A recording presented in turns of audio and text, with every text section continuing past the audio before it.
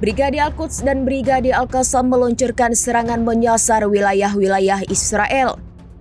Mereka menyasar kendaraan hingga markas komando tentara rezim Zionis.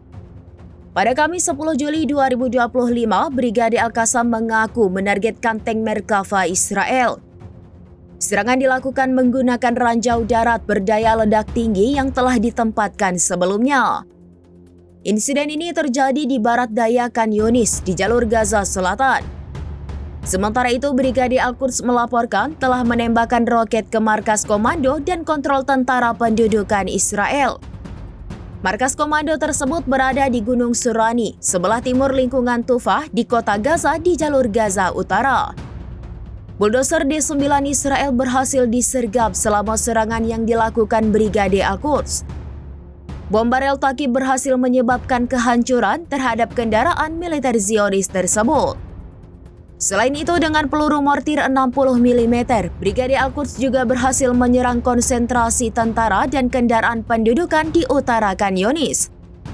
Tak hanya itu, mereka juga berhasil menyergap pasukan pendudukan yang ditempatkan di sekitar Masjid Halimah di selatan Khan Yunis.